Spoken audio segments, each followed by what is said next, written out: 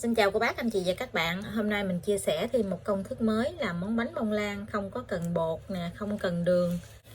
Bánh này thì thích hợp cho chị em mình đang ăn kiêng á, thì ăn cái bánh này không có sợ bị mập. Vì không có tinh bột nè, cũng không có đường nữa. Cô bác, anh chị và các bạn thích thì cùng vào bếp làm cho gia đình mình thưởng thức nha.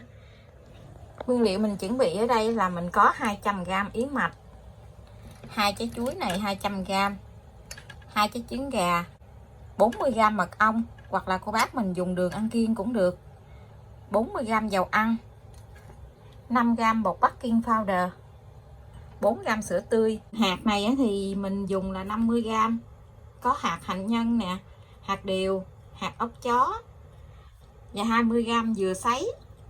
Đây là dừa cộng sấy, mình làm 20g. Mật ong thì mình dùng loại mật ong này. Thành phần nguyên liệu thì mình sẽ để trên đường mô tả để cho cô bác anh chị dễ tham khảo nha. Mình dùng cái cối xay sinh tố, mình xay mấy cái hạt hạnh nhân nè, hạt hạnh nhân, hạt ốc chó với lại dừa sấy. Tí xíu nữa thì mình để lên trên mặt bánh.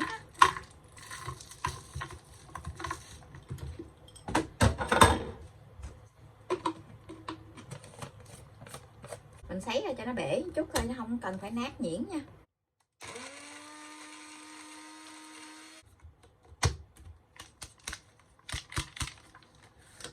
Mình sấy xong rồi mình cho ra dĩa luôn. Thì sẵn cối này thì mình xay yến mạch luôn.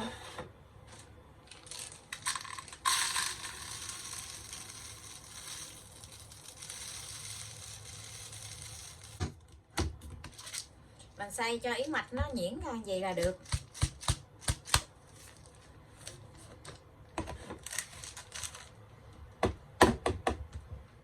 Mình đi nghiền nhuyễn cái phần chuối này. Chuối này thì mình dùng 200g thịt chuối nha. Mình nghiền cho nhuyễn cái chuối này ra, để vào trong cái cối xay sinh tố mình xay luôn cũng được. Này có cái muỗng mình nghiền gì nè, mình nghiền cũng được luôn. Để vào trong cái cối xay sinh tố, nó công nó dính cái cối, cho nên là mình dùng cái muỗng này là cái nĩa thì mình nghiền cho nó tiện.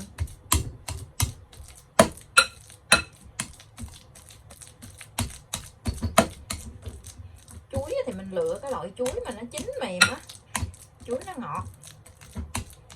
Tại vì cái bánh này thì mình không có dùng đường, mình chỉ dùng cái độ ngọt của chuối nè, với mình thêm mật ong á. Cho 2 trứng gà vô luôn.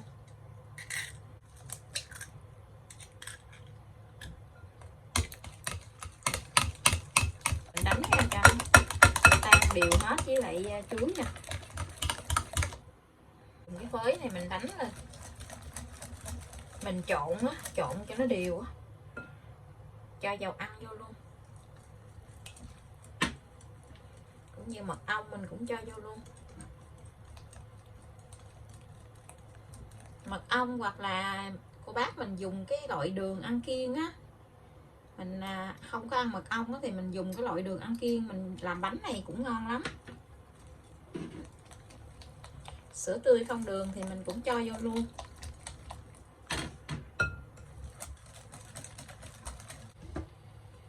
Giờ thì mình sẽ cho cái phần yến mạch vô. Yến mạch này thì mình xay không có cần phải nhuyễn nhừ đâu, nó vẫn còn những cái hột yến mạch đó.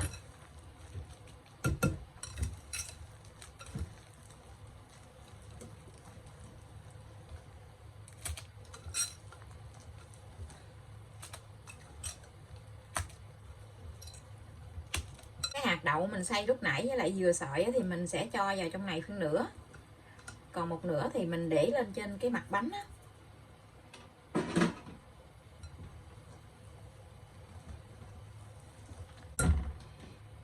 Mình trộn đều hết rồi thì sau cùng mình sẽ cho cái phần baking powder vô. Baking powder này thì mình sử dụng là 5g. Thì mình trộn cho nó đều lại hết.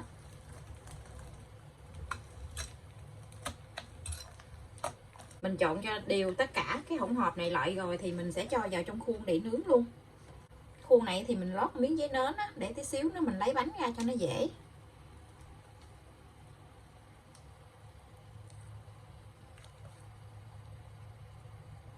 cho bột vào trong khuôn rồi mình sẽ dập cái khuôn xuống với bàn vài cái vậy để cho cái mặt bánh nó bằng.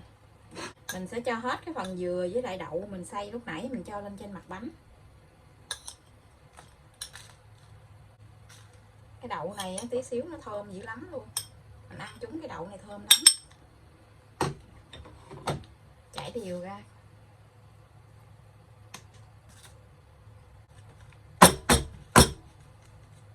Mình cho bánh vào trong lò để nướng luôn. Lò nướng của mình có 3 ngăn thì mình cho ở ngăn dưới luôn là ngăn thứ 3. Lò nướng thì mình sẽ mở lên cho nó nóng trước 10 phút nha. Mình nướng ở nhiệt độ là 160 độ C. Mở 2 lửa. Thời gian mình nướng là 60 phút. Không cần quạt. Bánh của mình bây giờ đã nướng xong.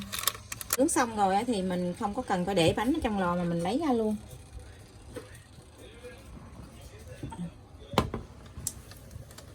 Rất là thơm luôn á. Mình đem cái bánh ra ngoài rồi thì mình lấy ra khỏi cái khuôn luôn.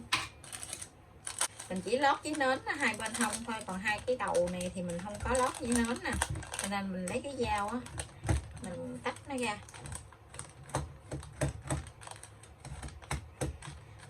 Làm bằng yến mạch đó cho nên nó là mình không có sợ cái bánh của mình nó bị xẹp xuống. Wow, ngon quá chừng luôn, thơm phức luôn á. Cái bánh nó dung trùng coi nè. Bây giờ thì còn rất là nóng luôn. Mình lấy ra khỏi miếng giấy nến này luôn á, để cho cái mồ hôi nó không có còn động lại trong cái bánh á. Để tí xíu nguội rồi mình hãy cắt ra nha. Cái bánh nó rất là xốp luôn, mềm xốp ngon lắm luôn rồi nè. Mình sờ vô á, nó có cái độ đàn hồi của miếng bánh á, rất là ngon luôn.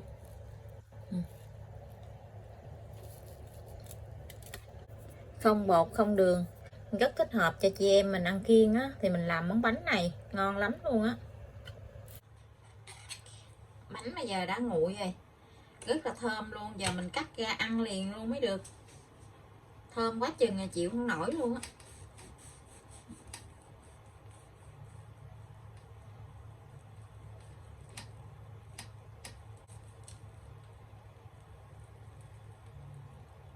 Còn hơi nóng nữa nè.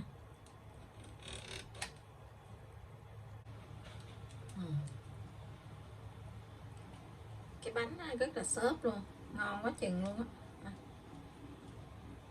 Mình làm bằng yến mạch á, không có tinh bột á, cho nên ăn không có sợ bị tăng cân, cũng không có đường nữa. Cái bánh ở bên trong nó hơi dai dai. Bây giờ thì mình xin chào tạm biệt, hẹn cô bác anh chị và các bạn lại video tiếp theo. Cảm ơn cô bác anh chị và các bạn đã xem video của mình. Xin chào và hẹn gặp lại. Mình cắt ra từng miếng gì nè, cái đó mình cho trong cái hộp á, mình đậy kín lại để qua ngày hôm sau ăn cái miếng bánh á, cái cảm giác nó dẻo dẻo của cái yến mạch nó ngon lắm.